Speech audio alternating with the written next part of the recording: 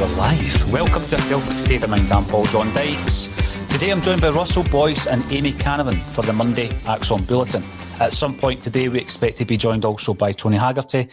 And whilst we'll be in the flow of topical discussions involving Celtic, I'll just stay around. I'll just stick around if that's all right with you guys. And we'll do the full hour together as a team. Mate. Right, it's Monday morning. The last few Monday shows have been pretty positive because we've been racking up the results. That was not the case on Saturday. What is it about Livingston, Amy Canavan, that we simply cannot work out? We can't work out how to beat them.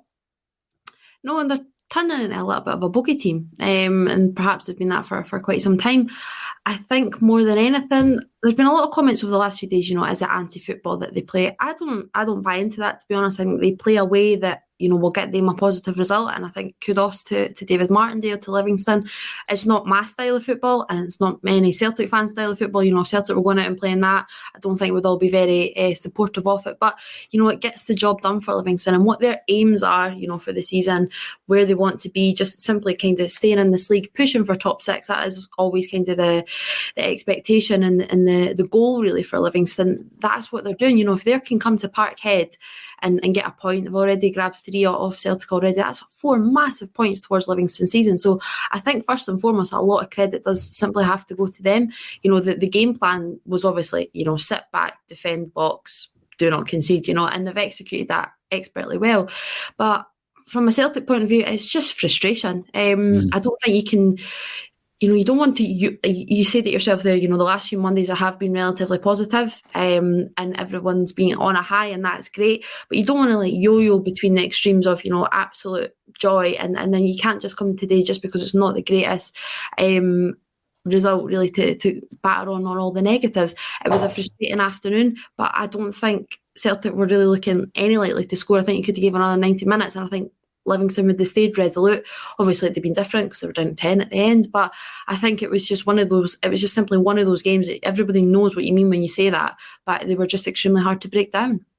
There were some excellent points that will break through during the 1 hour discussion, Russell. I think when you look at Livingston, the flip side to a team like them with that type of budget would be that teams like St Mirren or Dundee have come to Celtic Park and they've not had that same rigid game plan. As Amy says, it's often called anti-football. I think I've called it that myself. However, if you come to Celtic Park and you don't play that way, if you're that level of side, that's the kind of side who are going to be worrying the relegation places come the end of the season, then you could be on the end of a hammering. I remember before the game, people in the comment section were talking about 5-6-0 wins for Celtic. It's easy to get carried away, Russell. I must admit, I tempered that before the game because I've seen this movie before, time and time again, and watching Celtic over the years. What I would ask, though, is when you're faced with that and you're sitting there at half-time thinking, well, he's not going to make a change at half-time, then it gets into that 60-minute mark, half an hour to go.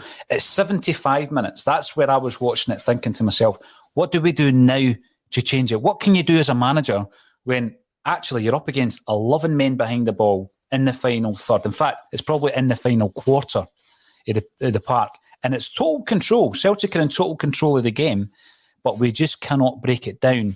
What do you do as Ange sitting there? You've already made your team selection. We'll talk about the team selection. But what do you do to make that change?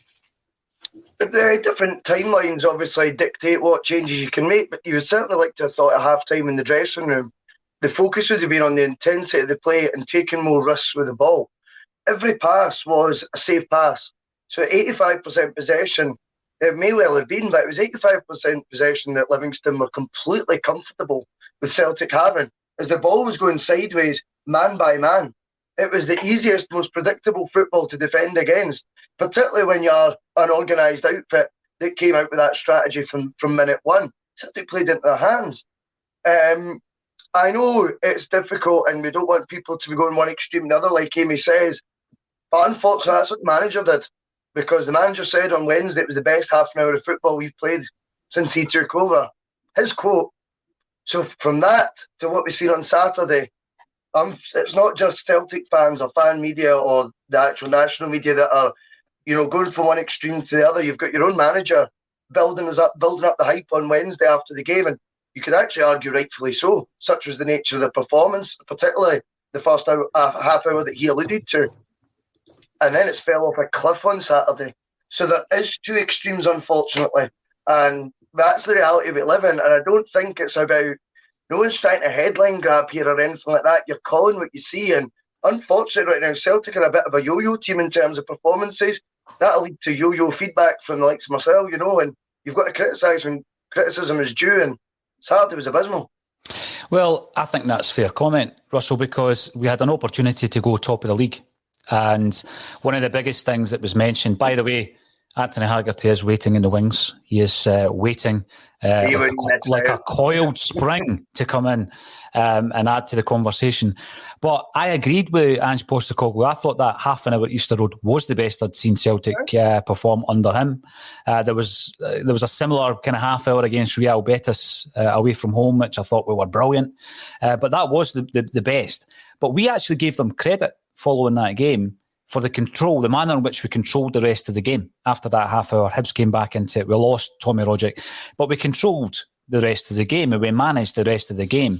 There's a different type of game management, though, when you clearly have a game plan of getting the ball out wide to the wingers, and your right winger actually was more often Ralston than Abada, and getting the ball into the middle. And I'm going to talk about that once I bring Anthony Haggerty into the ACSOM Bulletin. There he is. He was waiting in the wings and he has entered the fray. As ragged as a Georgios Giakoumakis last-minute penalty, but I've arrived. Okay. We will certainly be talking about last-minute penalties, and it was a massive talking point. And after the game, I was talking about the penalty and everything else with Laura. And what I said to her, Amy, was that, I've been in the situation where the emotions run high. We've been on the end of absolute tankings after the game on the ACSOM Bulletin, be that against Rangers last season, the 4-1 game, the European performances when we're getting beat 4-1 home and away. And sometimes it's hard to keep the emotion in check. After the game against Livingston, what I tried to do was not to overreact. It's a nothing each against Livingston. Some people are saying that it kind of shows Ange up in terms of his team selection, the selection of the penalty taker. Is this all great with hindsight, Amy? Because you score that penalty, it's a rubbish game, it's a rubbish performance, and we win it, and we're having a completely different discussion. So what's your thoughts on the selection process, first and foremost? There were a few changes, and Ange came in for some criticism. There's going to have to be some more changes on Thursday. That's why it's relevant to chat about that today. Yeah, I can kind of understand why Giakoumakis was started. I think this is obviously a Livingston side that Ange has already faced as well. He's now got that beauty of facing sides before. It's no longer like the first kind of showing. So he would have known that this kind of resolute performance from Livingston was coming. And I think that's why he's went Giakoumakis, to try and be that little bit rough and tough and that little bit of a presence up top, perhaps over Kyogo. But in the same breath, I think, you stick with a winning formation, you play your best players at all time. And I know there's been a few things come out, if Kyogo was perhaps carrying an injury. But to me, if he's fit enough to play whatever it was, 15, 20 minutes, whatever it was, then, I think then surely he could put a 45 in, bury the game in the first half and then take him off. So I know that's slightly times are a bit off, but you catch my drift there. If you're fit enough to come on, I feel you're fit enough to start. Or what's the point of you sitting on the bench really and taking up a spot? So there is a little bit of frustration for me. I think at Bada as well, it's a tricky one because he's not been performing well recently. He's not. But I think the big talking point is obviously it is up top and Kyogo being dropped. So I can understand Ange's perspective. And I think even if there was the win, if that win was great, I think we would still probably be talking about Giakoumakis starting and Kyogo being dropped. And I think I'd still probably come out with the same answer. But I just feel at all times, you should have a plan B, and there's still no plan B. See, this again has been discussed before, Amy, and it's been highlighted after a poor performance on Saturday. I'm going to come to Tony and ask the question. There was a moment, it came to me probably a lot earlier than the 75th minute, but I thought to myself, if we don't make the change now, we're not going to get a win here, because it was just we were repeating ourselves. We were playing the ball out wide, the ball was coming in, and I don't know if Ange Postecoglou is looking at Giakoumakis more of a target man than Kyogo. We know that from what we've seen so far, Kyogo's not great in the air, tends to get stuck under the ball. But unfortunately, Giakoumakis, he was unsuccessful if that was the role for him. I counted 17 or 18 crosses in the first half. I'm guessing it would have been similar in the second half. If you're crossing the ball in 35 to 40 times in a game and you're not getting anything, any result from it, Tony, then your game plan's not working. But you realise that, not in the 96th minute, do you? You realise that earlier on. Amy's talking about a plan B. It's kind of highlighted that again this time round. You're sitting there as a gaffer. You can make a change. You can make substitutions. Do we have that plan B? Clearly not. I'm not going to sugarcoat this. That was on the manager on Saturday. He called it wrong from the get-go. From dropping Kyogo to parachuting Abada in for no reason. You know what I mean? Playing high balls to a guy who was nowhere near them, but clearly was intent on getting crosses into the box. But, Celtic never fashioned one shooting opportunity in the whole 90 minutes. Not one, apart from the penalty, which they got fortuitously.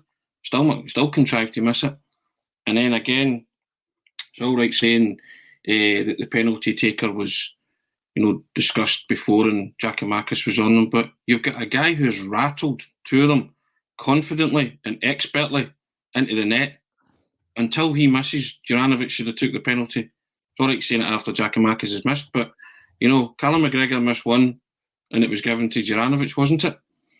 After he'd scored the previous one against Betis. So all sorts of decisions were wrong. But the decision to drop Kyogo, and you can say whether he was injured or whatever, or he needs a rest. But was there any need, apart from the beat-on for Rogic change, to tinker with that team anymore after the display that they had, or the first half display at Easter Road? I don't think so. Mike Johnson's come back and he's looked hungry and looked quite creative at times, you know what I mean? So starting with the side that dismantled Hibs in the first half an hour, Rogic apart, you were building momentum. All the momentum, all the tempo, everything that you'd built in the month of October, you shattered it, and the end was Saturday. And it's no surprise the way Livingston were going to play. You have to credit David Martindale. He does get results against Celtic, knows how to get them. But he realised Celtic won't change, so we'll just stick to this. Played Livingston twice this season, and Livingston have taken 4 points from 6. That tells you it all, really. And you're loath to criticise, but I still get back to it. That was on the manager on Saturday. I felt let down by the manager on Saturday. Felt let down by the result. And disappointment, but had they scored the penalty, they would have stolen it. The fact that they didn't play well annoyed me too. Because they had been playing well. They'd been in finding ways to win. And on Saturday, you knew they were going to have to find a way to win, and they couldn't do it again against Livingston. That's twice the managers had a go at Livingston and not been able to come up trumps. That's a concern. One point that Tony made there, Russell, was in relation to actual shots on target. When you look at the possession of 85% over a 96-minute period, I'm looking at the stats and they reckon that we had 2 shots on target. Is the penalty one of them? I'm not quite sure. 2 shots on target in 96 minutes when 85% possession. Now, last season, I think on ACSOM, time and time again, we were critical of the fact of generally Ryan Christie got it, but it was the shoot on sight policy. We didn't really have that. We seemed almost reluctant. Now, the problem with that, though, is every time, for example, David Turnbull looked up to see what his opportunity was, he would have had 4 or 5 black jerseys in front of him. So, again, the question remains, Russell, what do you do? What do you change? What do you actually change? Because you've got Tommy Rogic against Hibs, who was crafting chance after chance. He was being brought down on the edge of the box, which creates a different type of challenge for your opposition. You take him out, but we can't be a one-man team. We've got to find another way. So at that moment in time, how do you stretch that back line? How do you actually craft a chance? Or do you go back to Cameron Carter-Vickers against Ross County and try a speculative effort now and again? Because we weren't even doing that. Well, I think that's one of the things that was frustrating the fans. There was opportunities in the second half. We had the ball on the edge of the box, and I think sometimes you've got to go back to basics. Have a dig. I know it sounds really simpleton, and everyone's going to go, well, that's why you're not a football manager. I get that, right? But I also don't get paid tens of thousands of pounds to be one either, every month. So to me, they've got to be braver on the ball. They've got to have efforts on goal to score goals. That's the simplest rule in football. If you don't have an effort at goal, you can't score one. And right now, we never took a chance. Whilst it might be a packed box with Livingston players left, right and centre, deflections, ricochets into the path of a runner. These things can all happen as well if you don't feel like you're going to actually hit the target, such as the level of bodies in front of you. But if you don't take risks, here's one thing as well I thought that we never did. We never missed a man with a pass. It's side to the side to each person. If the plan of attack for Ange, and he's going to be stubborn in this for 90 minutes against Livingston, is to get the ball wide, then here's my advice: get the ball out wide quicker. It does not need to go through three players who, again, at times I felt maybe wanted that extra couple of seconds in the ball that for an 8-yard sideways pass wasn't really necessary. So I just feel that we could be missing men out. If you are going to be really stubborn and you feel that the best way, and he's at training every day, so I'm not going to argue with him. If he felt the best way to beat Livingston was get it out wide and bring crosses in the box for Giakoumakis, fine. That's his homework done. That's what he's came up with. That's on him if it doesn't work. But I think it was done at a pedestrian pace. I think it was done slowly, methodically, and I'll use the word again, very predictable. We have to take chances. I know what you're saying. You're asking me, what would we do differently? Well, I think that comes down to whether, if Rogic is missing, it looks like Postecoglou's identified. We have to get crosses in the box then, because we don't have another player that can do Tom Rogic things. Fair enough. But if that's the case, the instruction is to be get the ball out wide quicker. Miss a man. I didn't see any Celtic player take a risk on Saturday. And you've got to take risks when the plan A that we'd seen for the full first half, full opening hour, the full 70 minutes before the subs were made, hadn't worked. So if it's going to be get it out wide, just try and do it with a wee bit of intensity. Try and play like there's a Scottish Premier League title at stake. That's what I would like to have seen. It would have been interesting to be sitting top of the league, albeit for 24 hours. But I think the big concern, and I'll come to yourself first, Amy, is say the fixtures run and we continue to win and our rival, because I think it will start to even out into a title race involving Celtic and Rangers. No disrespect to Dundee United and Hearts, who I think have started off very, very well, but we've started to see the intensity, or the momentum rather, dropping off a wee bit. And that's going to happen, right? Because they don't have the know-how, which is important to be in a title race. I mean, it takes season after season, and they don't have the depth of squad for that to be maintained throughout the season. And I think, and I'm not going to write any of them off, we will drop points, I'm guessing, to some of the other teams in the top six this season. But they will be dropping off, and it'll be a Celtic and Rangers title challenge. That is my prediction based on what I've seen this season. If that's the case, Amy, and we go into that game on the 2nd of January, 4 points behind, I guess after Saturday, what the big question is, do we have the mettle for a game like that? The big game, the must-win game. You go into the derby at Celtic Park.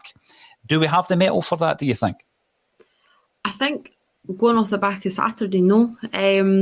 Because I don't think there's I don't know if it's leadership, and I'm not meaning leadership as in a captaincy of Callum McGregor. I'm meaning leadership up front. There's nobody going, I'm going to take this guy on, I'm going to get to the byline, I'm going to create something. So there's not leadership in that sense. I don't, from Saturday, I certainly didn't see that. I don't think anybody was, using their initiative, taking the initiative to go, this is a resolute Livingston side. Somebody needs to try, batter on here and try and break in. And I understand that's a hell of a lot easier said than done, because I think if we could all do that, then, like as Russell said, we'd all be football managers. But I just worry right now on the back of Saturday if we do or not. I think in general, I certainly do believe that we do it as well. I hope that Celtic do, but going purely from Saturday, there was nothing on show that would, fill me with confidence in that. Well, I'm keen to get the comments coming in, so I will be rifling through those whilst our contributors discuss the big talking points. Let's have a look then at the changes which may or may not have worked. Abada in for Johnson. Amy, do you think that worked for Ange Postecoglou on Saturday? No, I don't think it did. I think in recent weeks, Abada's not really been showing up. I think he's going to I certainly think he's going to be in for a bit of a fight now with Forrest gradually, hopefully getting back. Hopefully he can get a fair bit of form under his belt. It's going to take a little bit of time to get him back up to the levels that we know and kind of expect from James Forrest. But Abada's just simply not performing. I think he's kind of a ghost. He started off so brightly, on that little three up top, and everybody was ranting and raving about all of them. But while Jota and Kyogo have continued in the headlines, Abada's just fallen by the wayside a little bit. I don't think he's not taking on that man, kind of that leadership that we're talking about. He's not really eager to get to the byline. He's going for that safe pass, and he really is relying on Ralston or whoever it may be to support him and to do the dirty work going forward.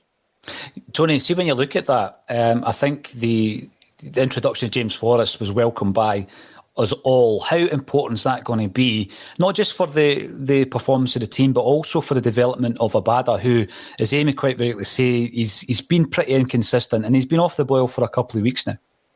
Yeah, I mean, so we can see that.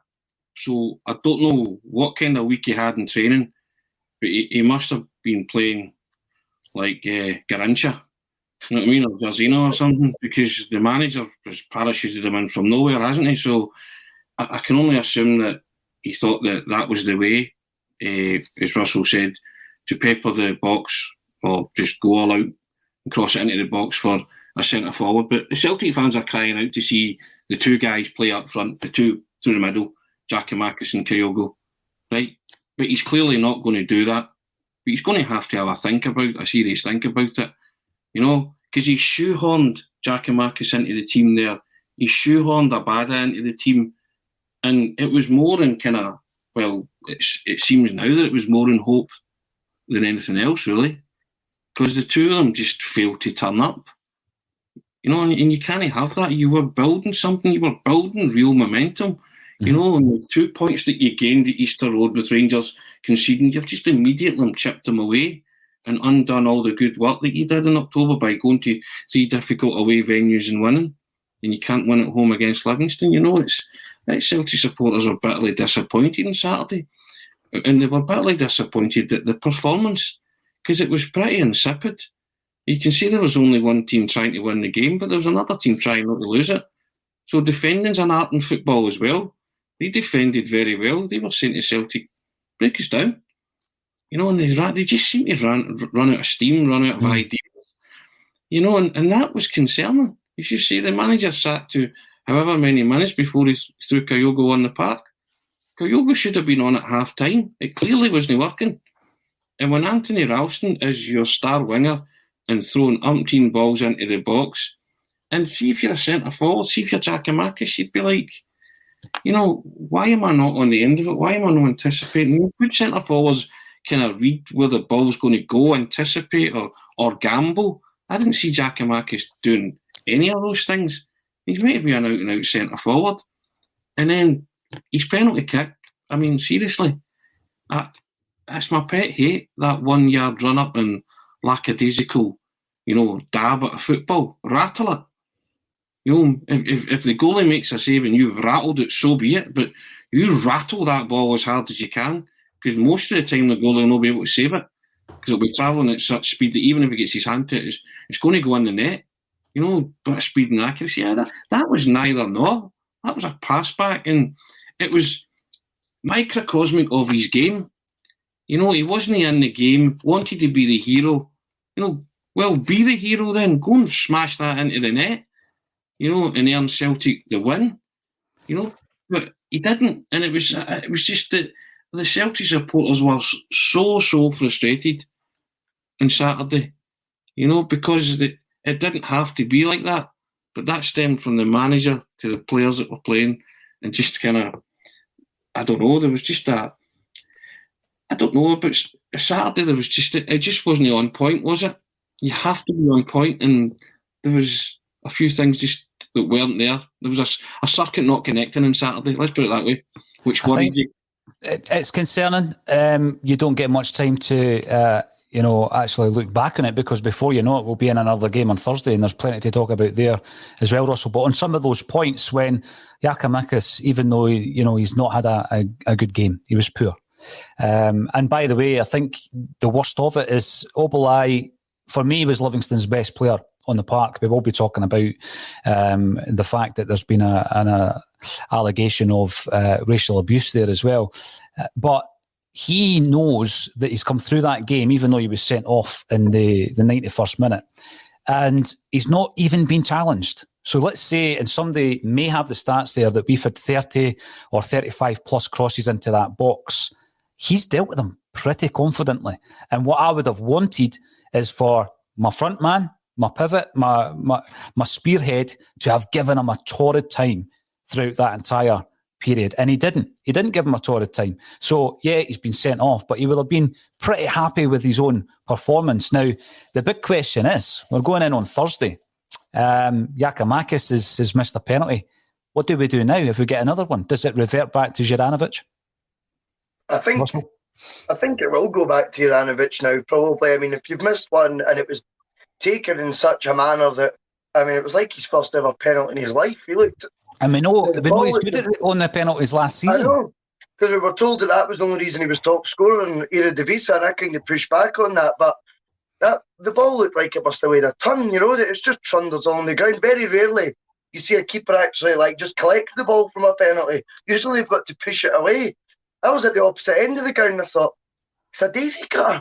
He's hit a daisy cutter in the 93rd minute. I couldn't believe that was a striker that was doing that.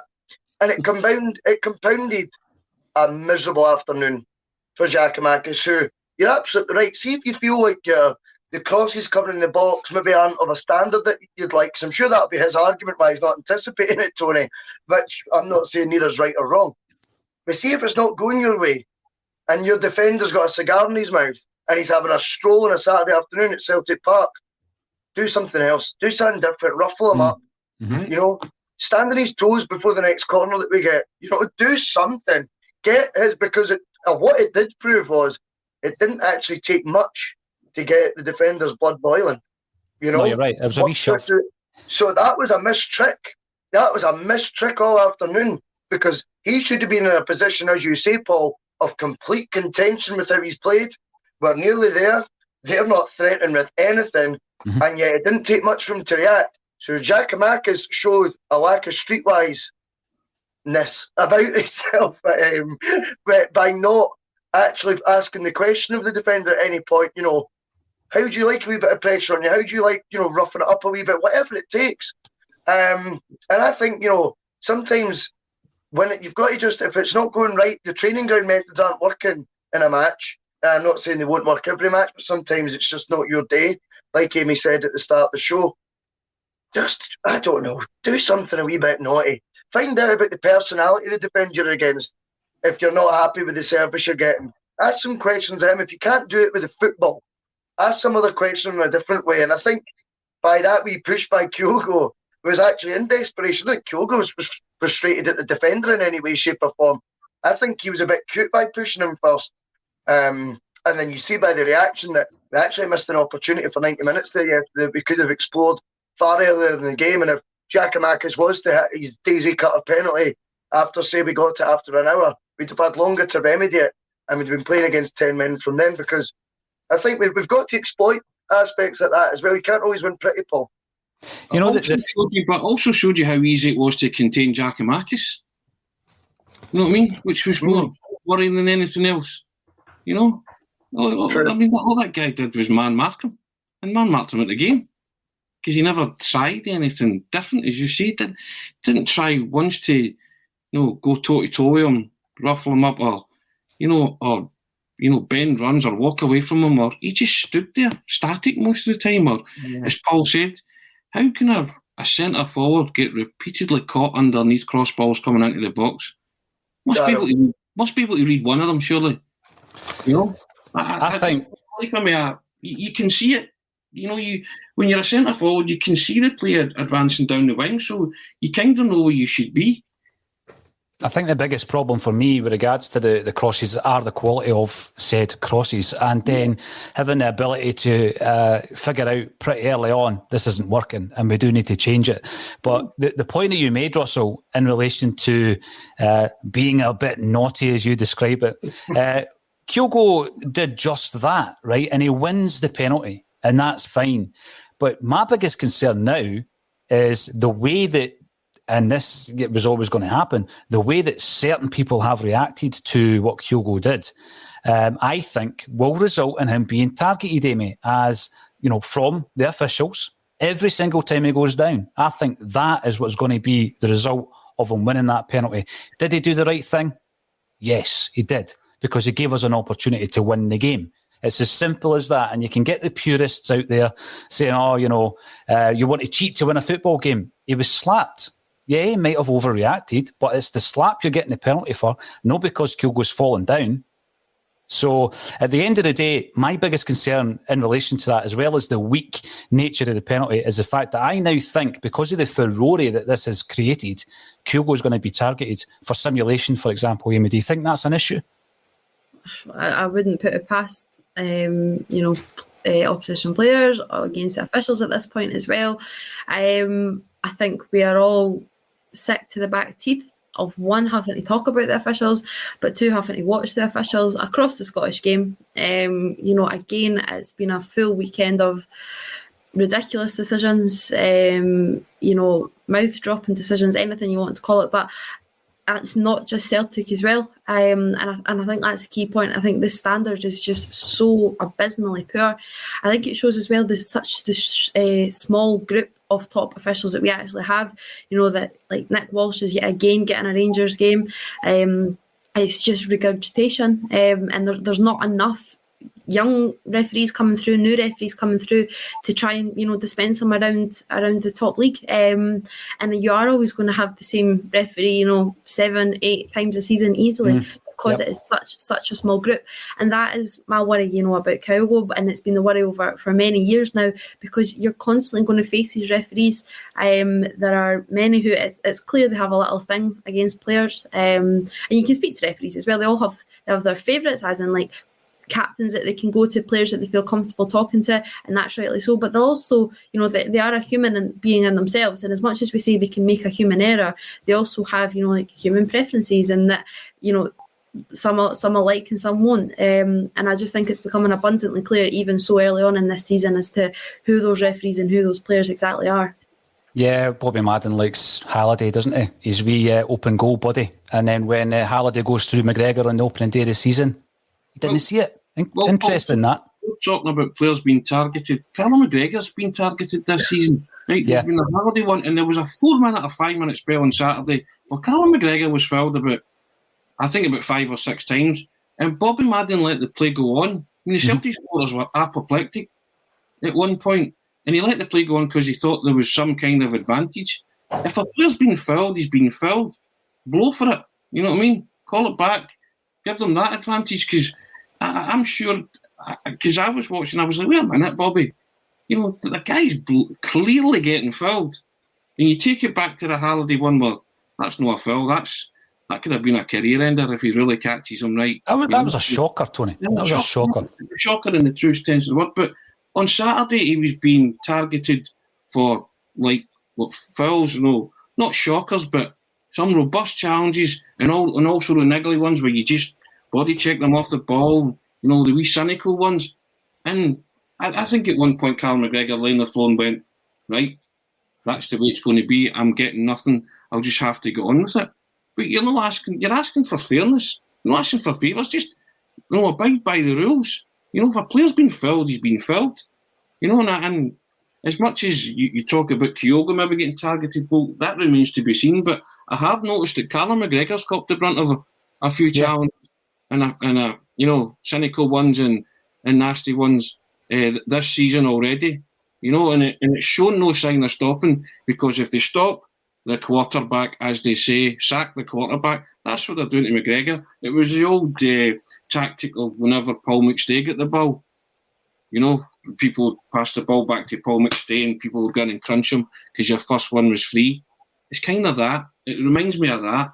You know, Paul McStay put up with so much, and McGregor's now feeling that because he's that pivotal character in that Celtic team, and he's having to deal with that kind of thing. And all you're wanting is protection from referees if guys are going to, you know, commit fouls against you, basically. You mentioned Paul McStay. You know, I was talking just the other day there that his career was ended very, very, you know, prematurely.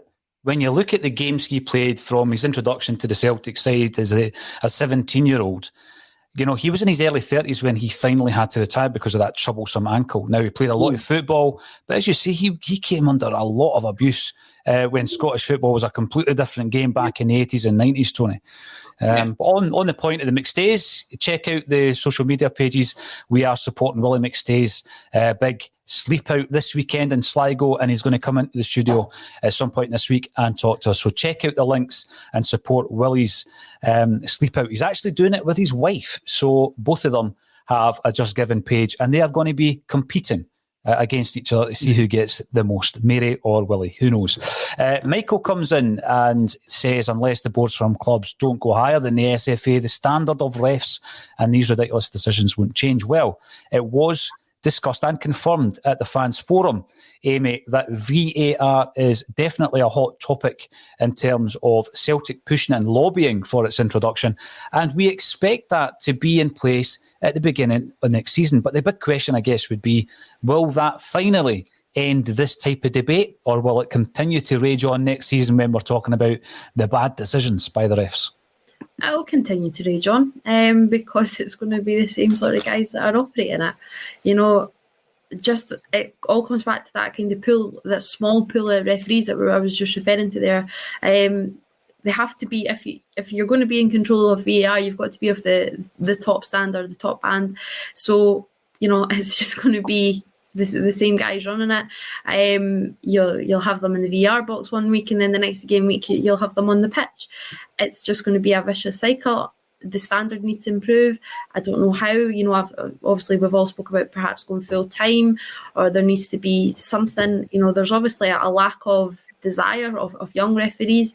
You never really see. You know, it's been the same cohort for a few years now, and it's only getting smaller because the older guys and the more experienced guys, they're leaving for whatever reason. Again, it's just going to be the same. I don't see how VAR will really aid the debate really in Scottish football. You know, when you look at it, the worst part of it for me, Russell, at the weekend was when you look at the 85% possession in a 96-minute game, yet Celtic and Livingston were both penalised for 10 fouls. I mean, I can't even figure that one out. How is that possible? That's the kind of small inconsistencies that continually happen, and they do affect the outcome of games over a season. Of course they do. But do you think VAR is the way forward? Is that going to make any difference in Scottish football, Russell? My understanding is there's two options of VAR that you can go down. And one would be operated by your own governing body, and then the more expensive model is the one that you see, you know, getting used in the Premier League and things like that. So whether we're not going to be able to afford the more expensive model, I cannot agree with Amy enough. You're then going to go, well, who was on the VAR? Find it. I want their names as well, and then before you know it, it'll go back to, you remember when the compliance officer had our season, you know, our big one season wonder.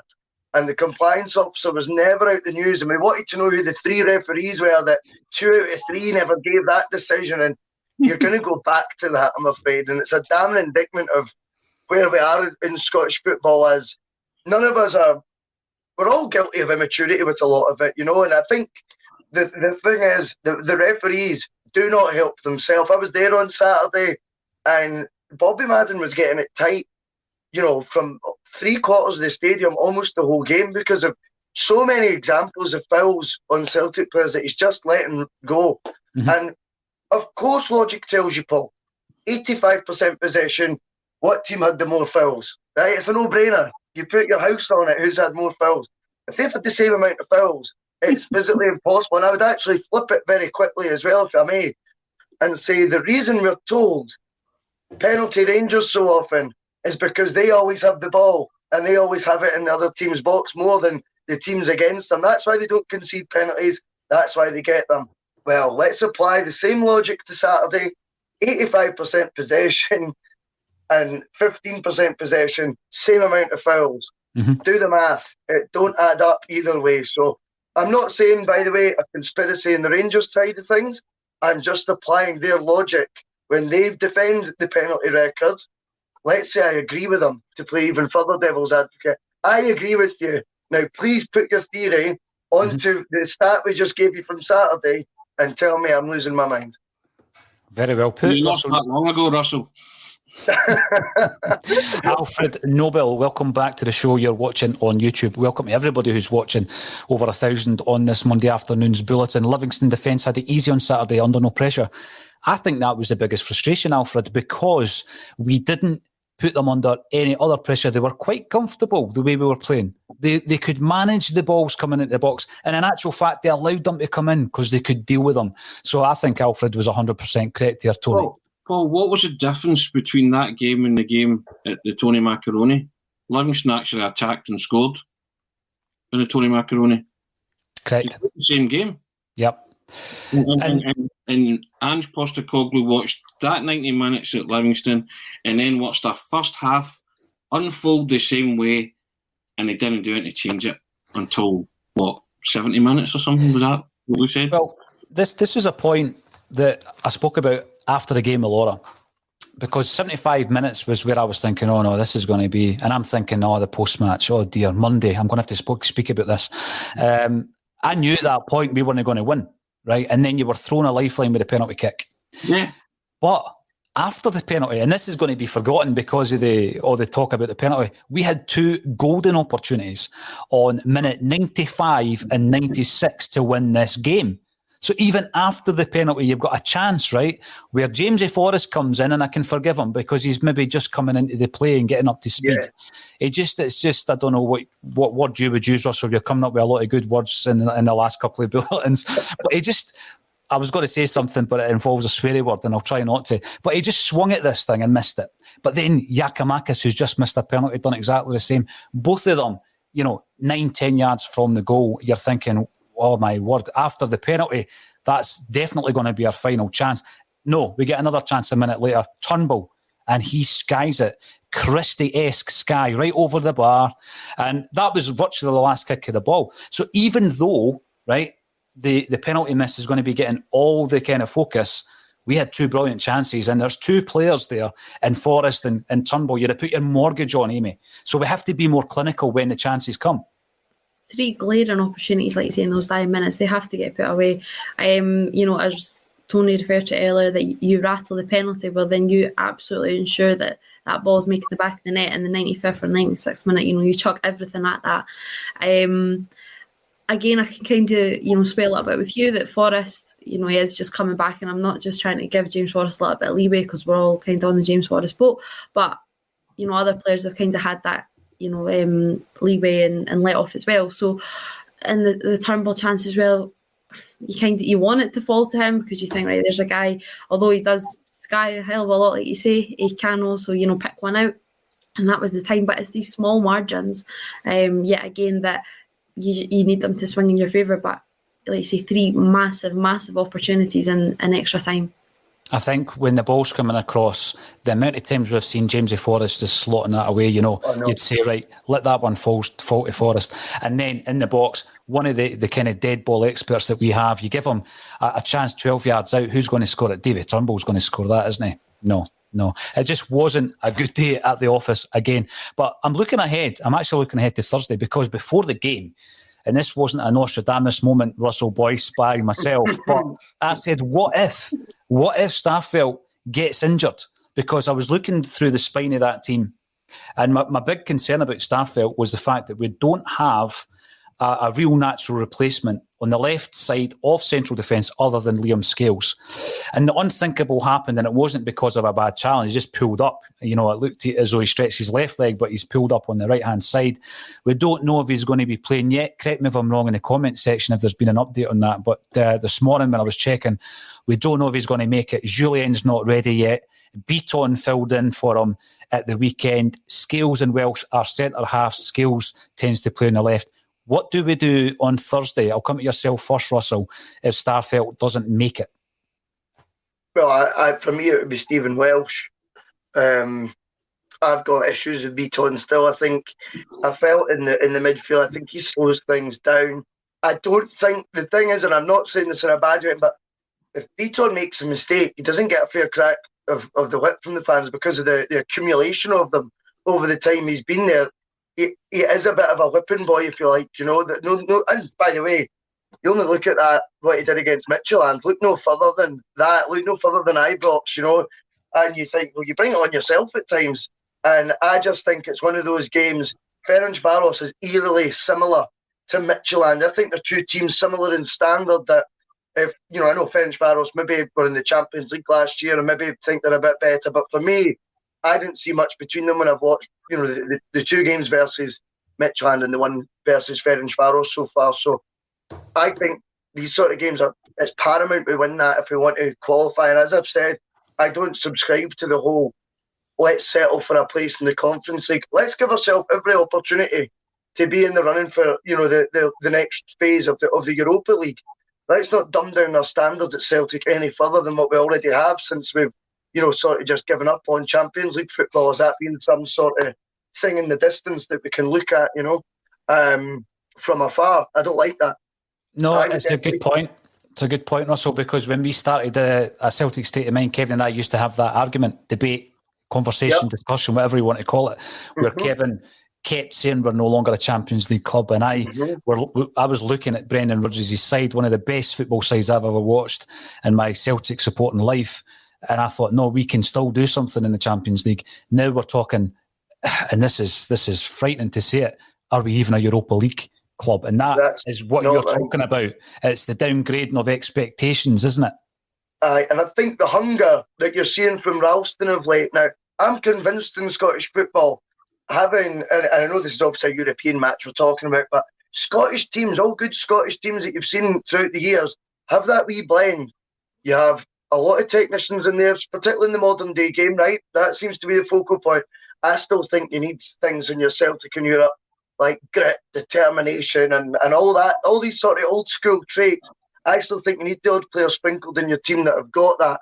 And I think Stephen Welsh will be looking at how Ralston has capitalised on his opportunity and will be going, well, I bring all that to the table and I'm probably as good a footballer. Why can't I get my run? And if an opportunity arises to Welsh, for Welsh and Beaton, my opinion would be the hungrier of the two would be Stephen Welsh. No offence, Beaton, but I just think there's a shining example in the team right now of everything you can achieve still at Celtic, even if there is a player that's cost millions of pounds as an international, such as Juranovic. He's been shoehorned at left back right now, such as the progress and the earning of the jersey that Tony Ralston's done. So this opportunity might be fortuitous because Julian's not back yet, but Welsh should be sitting there going, I've got now the template right two positions along for me is Ralston. You know, I could come into that and just look at him and go, I'm going to do the same as him and own this. And I would 100% play him ahead of near Beaton. Listen, I agree with that, and I agree with the rationale behind it as well, Russell. Interestingly enough, only Welsh and Jota were seen fixing their hair before that Halloween video was filmed, so I don't know what that says about him as well. However, I actually don't think Ange will go for that option, although that is the option I would go for the same reasons as yourself. I think that he's going to go Beaton at the back, and he's going to reintroduce James McCarthy to the fold. It was talking, Tony, after the game or just before the game about McCarthy, the fact that he doesn't see his fitness as being a long-term issue at Celtic. I think he will put him back in. I think he's going to go for experience and he'll play Beaton centre-half. What's your thoughts? You reap what you sow with Beaton. He's a big game player, Beaton, a big game clanger merchant. He's letting down so often. So, you know what I mean? You are putting your Europa League qualification chances at risk if you put Beaton at the back of the pack. Just keep him at number 6 away from harm.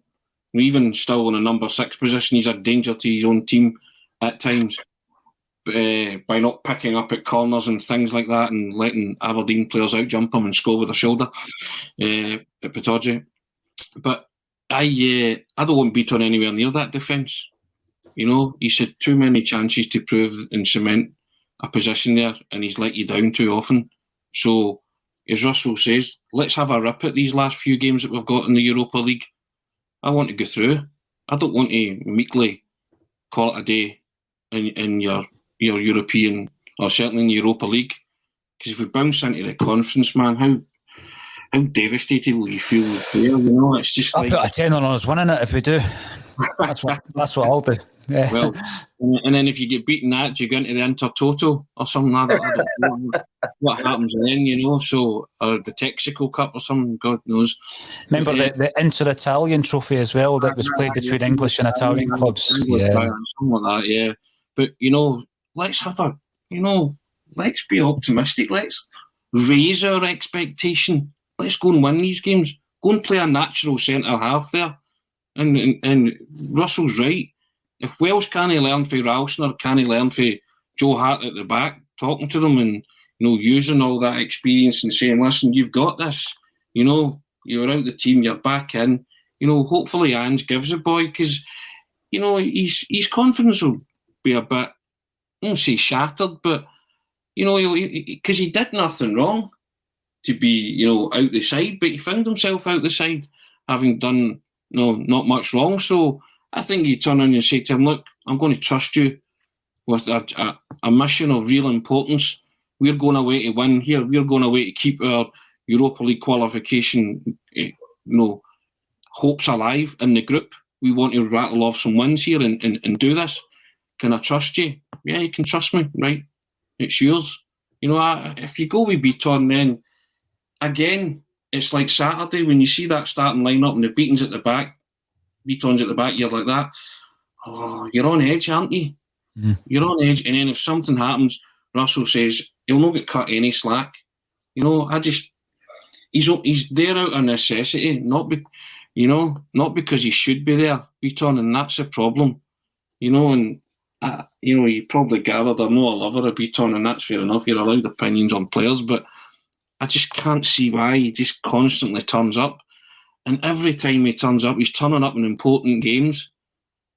And that's and your heart just sinks when you see him maybe having to revert to Beaton at the back. No, go with Welsh. I'd even go with Scales. If he was unsure about Welsh, I'd give Scales a try. There you go. That's how much I don't want Beaton at the back of the pack on Thursday night. I get a feeling he's going to play Beaton. Sorry, Tony. Is Starfelt definitely out? We don't know yet. Finn Fogel, we don't know. It looks like a hamstring. It's a hamstring. That's 2 or 3 weeks, isn't it? Usually. We'll find out in the coming days. I am all for what Tony and Russell are saying, Amy. I'm a big fan of Stephen Welsh anyway. I think the last time he played was against Livy away. I think that was the last time that he played in that 1-0 defeat. And I thought he came in and done really well last season under difficult circumstances. I think he was thrown in a wee bit this season as well. He partnered Beaton, he then partnered Dean Murray, didn't he? Mm-hmm. In the second leg against Midtjylland. And he's playing second fiddle at this moment in time. I would always go for the natural player within that position. So I would go for Welsh. The reason I wouldn't go for Scales is simply down to the fact that he's not played enough games, I don't think. I think Stevie Welsh he's definitely got the games under his belt. He's got the European experience under his belt. But there's something telling me that he's going to go for experience. We spoke about it last week. Beaton and Rogic are both coming up for 9 years at the club next year, which is frightening. Because I still don't think about Beaton and Rogic being there for almost a decade, but that's how long they've been there. And I get the feeling he's going to go for experience. Amy, what's your thoughts? Yeah, it does kind of seem to, as Tony said, he likes to give Beaton the nod out of nowhere, really, in the big games. I'm with you. I'm a big fan of Stephen Welsh. I think everything last season, he actually was one of the players who we really spoke about in confidence coming into this season, talking about it in advance, saying, that's one guy we really hope can kick on because he showed real leadership at such a young age, and he was probably one of the shining lights towards the end of last season as well. So there were quite big expectations for him, and I understand, I think, obviously there was a little mistake against Rangers, but you say mistake, it wasn't anything glaring. Like, obviously I know it led to the goal sort of thing, but it wasn't an absolute howler when you in comparison to, the amount of howlers that Neil Beaton has cost this side, and his 9-year run, whatever, how you like you say, I can't quite believe that myself. But I am exactly in the same kind of mindset. I don't think anyone can really, see Beaton at centre half and get excited or get or feel comfortable about it, because there is always that risk that something could go wrong. I understand there's a risk with every player, but I think with Beaton there's just always that lack of concentration, if it be a red card, like for something so needless. Like you're going back to Midtjylland earlier on in the season, that it's just, you're like, here's a guy with 9 years experience playing at Celtic Park, why are you not using that experience? And you're still making rash, amateurish, childlike kind of fouls. So for me, I'm exactly the same, and I hope Stephen Welsh gets his place, because I think he deserves it more than anything as well. He's more promising.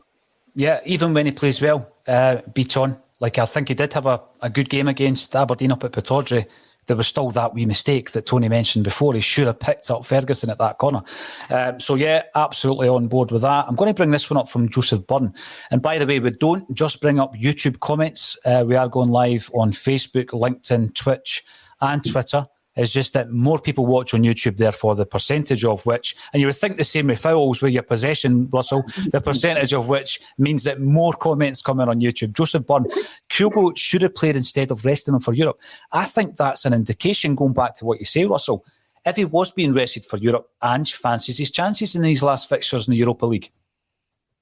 Maybe that's the case, but again, I'll stress to the importance is right now, the league. And I think Europe should, of course, be carried with a certain weight of importance as well. But like Amy said earlier, get the job done against Livingston.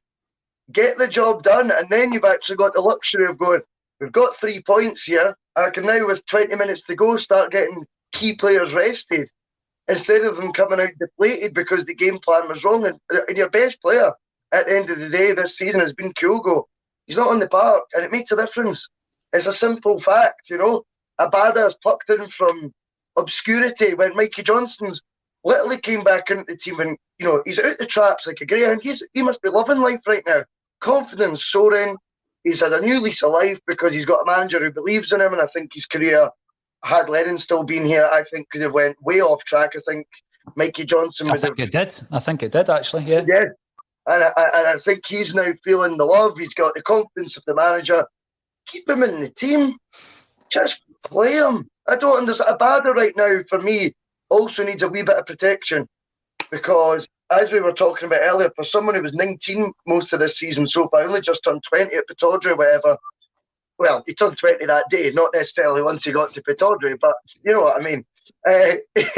He's now kind of been in and out, and his effectiveness has not been anywhere near what it was before. And I just think right now, Mikey Johnston was an easy option for the weekend. Kyogo was an easy option. Start them both. Come out the traps like you did at Easter Road, right? Blow them away. And then at half-time, start looking at what your other options are. Who's feeling a wee knock? Because we've got, for once, we're playing on the Saturday, and we don't play till Thursday we're playing the Europa League match. That's a 5-day gap for people with any bumps and bruises to shake them off. And I'll tell you as well, talking about bad challenges, Callum McGregor, I don't know if you've seen the photo from the Porteous challenge midweek. Yeah. He must have been carrying a knock, if anyone was, at the weekend, because he's got 2 big stud marks down his shin that looked gashes as opposed to just scrapes. So, again, all these things, if Callum McGregor's going to be started on Saturday carrying that, then just use that train of thought for the likes of Kyogo as well, and then get the job done. Whoever's feeling a knock, whoever's feeling that they're maybe a wee bit jaded, we can then hook them in a comfortable second half. Wouldn't that have been a nicer situation to be going on Thursday? Paul, it's all about winning, right? Confidence and momentum. Doesn't matter who you're playing. See, if you're winning, you feel you can take on empty. Players don't feel tired and all that if you're winning. So, as Amy said and as Russell said there, just get the job done. And then we'd have moved on to the next one and said, who is it? Ferencváros, right? We fancy Barra against him as well. 6, 7, 8, 9. That's how you start building runs, building confidence, building momentum. It just seemed to have shattered on Saturday with everything that came with it. There was no performance. There was no inspiration. There was no swagger. Celtic were playing a bit of a swagger in the past few games, and it just seemed to disappear overnight. And all the good work that you did, you undone it. Do you think we'd be having this conversation if we'd won on Saturday? We'd be like, bring Ferencváros on. We would be like, play them all, go gung-ho, and in a way, Ty, because it's one of the ones that you feel you can win. So go and win it. Go and play the way you can play. Go and play the way you played in the first 20 minutes or half an hour against Betis, against Hibs. That's what we'd be saying right now. Yet that 0-0 draw has set us back so much that we're like, this guy's carrying a knocker, what do you think about this? We'd be talking about blowing Ferencváros away again if we'd won the game. And again, I'd be back to it's on the manager. You pick a team that wins a football match and then you decide what you're going to do on Thursday. Just win the match, first and foremost. And then we see, like you assess the walking wounded like Starfelt and guys like that. But find a way to win, build that momentum, keep it going. Yeah, the league's a priority, but, why can't we fight on both fronts? I can't understand this mentality, this dumbing down, as you say. If we're not a Champions League team, we sure as hell should be a Europa League team, and a fighting one and a competitive one at that. So the thing with fighting on both fronts, it is the momentum. You can't take your foot off the gas because of the competition you're playing in. So you've got to win every game, or that's the mentality. Now, the thing with the Ferencváros, we looked at the list of fixtures and we did see the two games, home and away, as being the two most likely to get a result in. What I hope happens is if we do come out the traps like we did against Betis, we've learned something from the Hibs performance, particularly the second half performance, and how to actually close the game down, manage the game, and get the result. We have gone over the 1 hour, and I don't want to finish off the bulletin without speaking about Ayo Abulaye and the fact that he was allegedly racially abused. That was a report that was run by Sky Sports after the game. It happened when he returned onto the park. Remember where he just appeared and everybody wondered, is he allowed back on the pitch? And apparently he has been abused by someone within the Celtic support. Marvin Bartley after the game stated it's important that a football club isn't tarred because of one racist individual within the stadium today. Now it's time to find a culprit. Absolutely. And you need to find a culprit and ban them, not just from Celtic Park. They need banned from every football stadium in the country for basically being a racist. You can't say it any other way. We had some really good discussions with John Barnes on this show. It was an interview that came in for some criticism in terms of why would you interview him? Well, the whole point of interviewing John Barnes a year or so ago was so that he could talk to us about unconscious bias, if you remember. And he spoke very well about that. And it's clear that in society, and if you're in a stadium that's got 50 or 60,000 fans in it, there will be members within that stadium who are racist. So find them out, root them out, and ban them. We don't want them associated with this football club. I think everybody is going to be in agreement. And you look at the great work that's being done, and you look at the fact that we were in Black History Month when this happened, and you look at the rich history that Celtic have in terms of diversity, and then somebody does that. It's absolutely disgraceful, and we hope that they're absolutely rooted out. And if there's anybody out there who can assist in that way, I don't care if you're called a grass. This goes beyond all that kind of stuff. We need to root them out and get them removed from our club and Scottish football as a whole. Now, that was tremendous. Thank you very much. We covered half the points simply because there's 4 of us. But I'm sure most of the other points will be covered at some point this week. Amy Canavan, Russell Boyce, I almost called you Russell Haggerty, and Anthony Haggerty, thank you once again for joining me on A Celtic State of Mind.